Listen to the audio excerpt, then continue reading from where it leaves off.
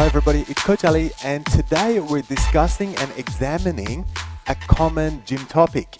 Which oils should I be consuming and which oils should I be avoiding? Now I'm going to go ahead and give you my answer from the perspective of a strength and conditioning coach focusing on aesthetics and performance. The first question I would ask is there a difference in calories between oils and where do they come from?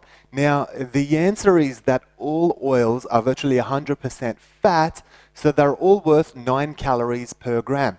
There's no such thing as a lighter oil with fewer calories, so they're all on the same playing field as far as energy gain is concerned. To put it in perspective, fats offer 9 calories per gram, versus carbs and protein, both of which offer 4 calories per gram. Now, if we go ahead and consider the average energy expenditure to digest those, then you're looking at about 8.9 calories left per gram as far as the fats are concerned, and then you're looking at 3.7 calories for the carbs and 3.0 calories for the protein. So what does this tell us? This tells us that oils give you a whole lot of energy, and we know that oils will almost entirely digest, and that oils are the same as far as that energy emitted is concerned.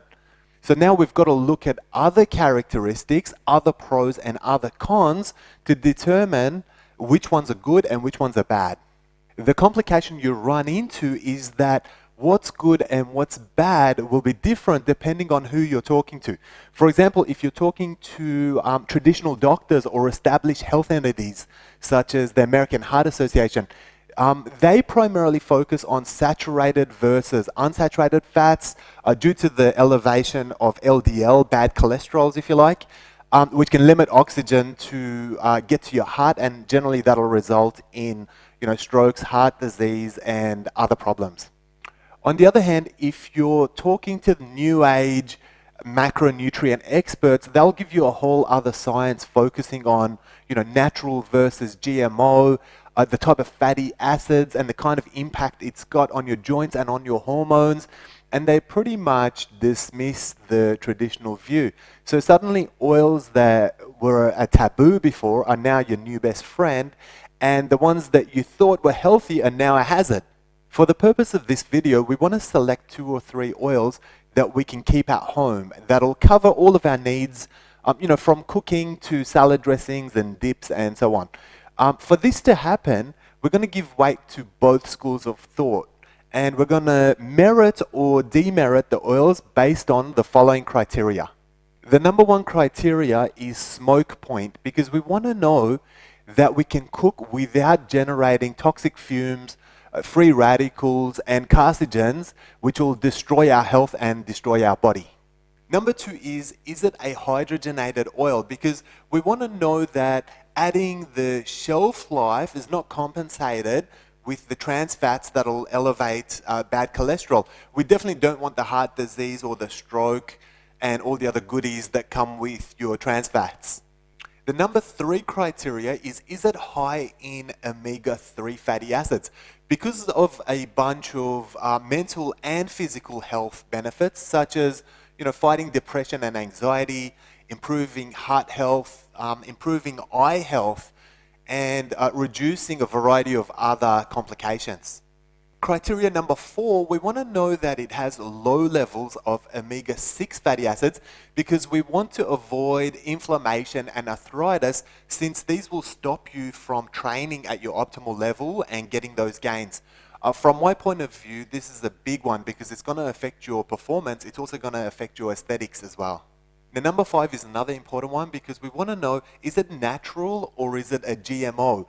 Because we want to avoid organ damage, immune disorder, accelerated aging, infertility, and all those other problems that are caused by GMOs. These 2 will carry a hefty toll both on performance and aesthetics. Criteria number 6 is the impact on hormones, because I've already covered my hacks to boosting testosterone naturally, and this includes avoiding phytoestrogens, which is present in some oils.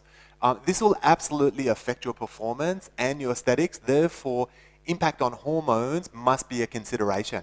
Moving on to the number 7 criteria, and that is flavor. Now, my interpretation of this is that I'm going to favor items with less flavor because you don't want everything that you eat to taste like that particular oil that you've used to cook it with. So in this case, we're going to mark down oils with a lot of flavor, and we're going to mark up the ones with little or no flavor whatsoever because you can then actually taste the food that you're eating. Finally, number 8 is general health and immunity because we want to give recognition to oils that offer unique benefits, especially if those benefits are rare and unusual. Now, once we've assessed our oils against the 8 criteria, then we can determine the 3 best oils to keep at home. And on the flip side, we can also cover the last 3 or 4 that you want to really try and avoid at all costs. All right, let's look at criteria 1, and that is smoke point.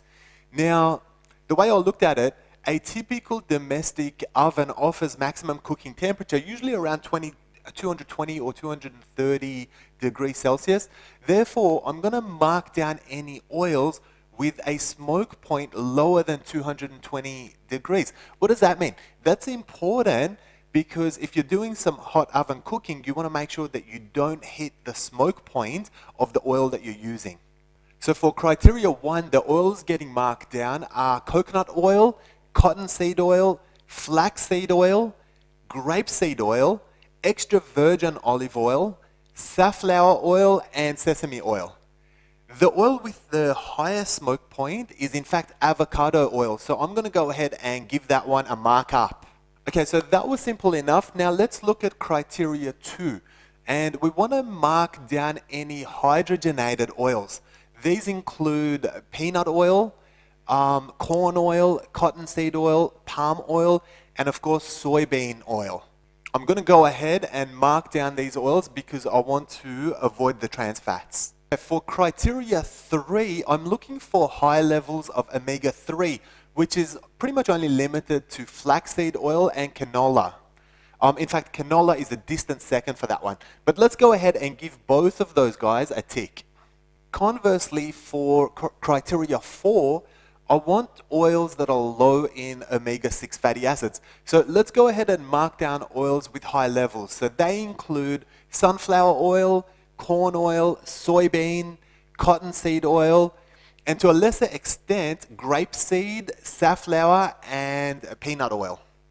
Now for criteria 5, and this one's an important one, I want to make sure I mark down any genetically modified oils. So let's go ahead and mark down soybean, canola, corn oil, and cottonseed. Okay, so you guys can see that we're starting to really fill up our oils with our ticks and crosses. Now let's move on to criteria 6, which might be the most important one for aesthetics. We want to identify and mark down any phytoestrogens. Therefore, we're going to mark down soybean and flaxseed oil for this criteria. Criteria 7, and this one is all about flavor. So we want to mark down oils emitting a lot of flavor of their own. So these are coconut oil, sesame oil, and walnut oil. The problem of emitting too much flavor is that you can't use them for too many different dishes because they all then end up tasting the same. Now, on the other hand, we want to mark up safflower, canola, and peanut oil because they're flavorless or neutral flavor, if you like. So they can be used in a variety of dishes. Final criteria is unique and healthy characteristics, and topping the list in this regard is coconut oil due to the lauric acid, which helps develop immunity and prevents infections. In fact, lauric acid is present in 50% of the fatty acids in coconut oil, and in fact, it's the only oil to offer lauric acid, so it makes it completely unique, and it gets a big blue tick from me. Now, if you're going to give weight to traditional medicine, then you'd have to mark up canola, flaxseed, and avocado due to their very low saturated fat percentage. Now, there are a couple of other oils with low saturated fat percentage. However, they tend to be high in the omega-6 fatty acids, so we don't want to include them on this list.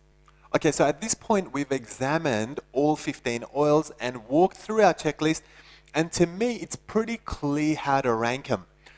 For me, it's a no-brainer that avocado oil tops the list. It meets all of my criteria and it has the highest smoke point by quite some distance. So you can't really go wrong with avocado oil, particularly for cooking. Now, second for me is traditional olive oil. While it doesn't have those outstanding heroic characteristics of some of the other oils, it also doesn't have any of the harmful elements either. So you can see it hasn't been marked down for anything at all. So it's a good one to keep at home. It's also easy to get hold of and it's quite cheap, so virtually everybody has it. The third oil, on the other hand, you can see it's a little bit tricky, it's a little bit unclear because now we're getting into those controversial oils. Coconut oil, flaxseed, and canola are the three oils that people debate the most about, and you guys can clearly see why. So now I've got to decide which one of these do I want as my number 3 choice. Now you can see canola has a bunch of ticks, but the cross was due to genetically modified origins. That's a biggie for me, and I pretty much consider that a deal breaker. So that leaves us with flaxseed and coconut for number 3. Again, guys, I just want to clarify, this is just my opinion. So, while the first 2 oils should be on everyone's list, the third one is a matter of opinion. I have to consider that flaxseed has the lowest smoke point, so you really absolutely can't cook with it. The other thing is, while some people argue that digesting extra estrogen means that your body won't produce as much, and so it doesn't matter if you're eating it, there is sufficient evidence to suggest that it does in fact alter your testosterone to estrogen balance, and quite frankly, that's not one that I want to mess with.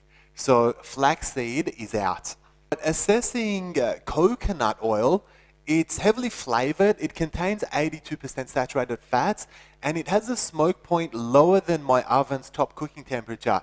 But if it's going to boost my immunity and help me fight infections, then I can get more out of my training sessions. So for me, that's a good one, just in case. The other thing is that I personally like the taste of coconut oil, and if I'm preparing dessert in particular, it's a good oil to choose, so keep it at home and have it in moderation. Therefore, I'm going to go ahead and make coconut oil choice number 3. Now, as far as which oils to avoid, I think that's pretty clear as well. I think you can see that cottonseed and soybean are at the bottom of the heap, no matter how you look at it. And then you've also got corn oil and sesame oil just a notch behind. So I would avoid all of those if I could. All right, everybody, that brings us to the end of my assessment of oils. I want to thank you for making it this far and giving me your time. If your top 3 is different to mine, then I want you to comment below and let me know what yours is. And if you have any questions, then make sure you go ahead and ask. If you would like some one-on-one PT or coaching, then follow the link that I've provided for you guys in the video description. And of course, if you want access to over 1,000 high-definition workouts, then simply hit that subscribe button. Until next time, it's Coach Ali signing out.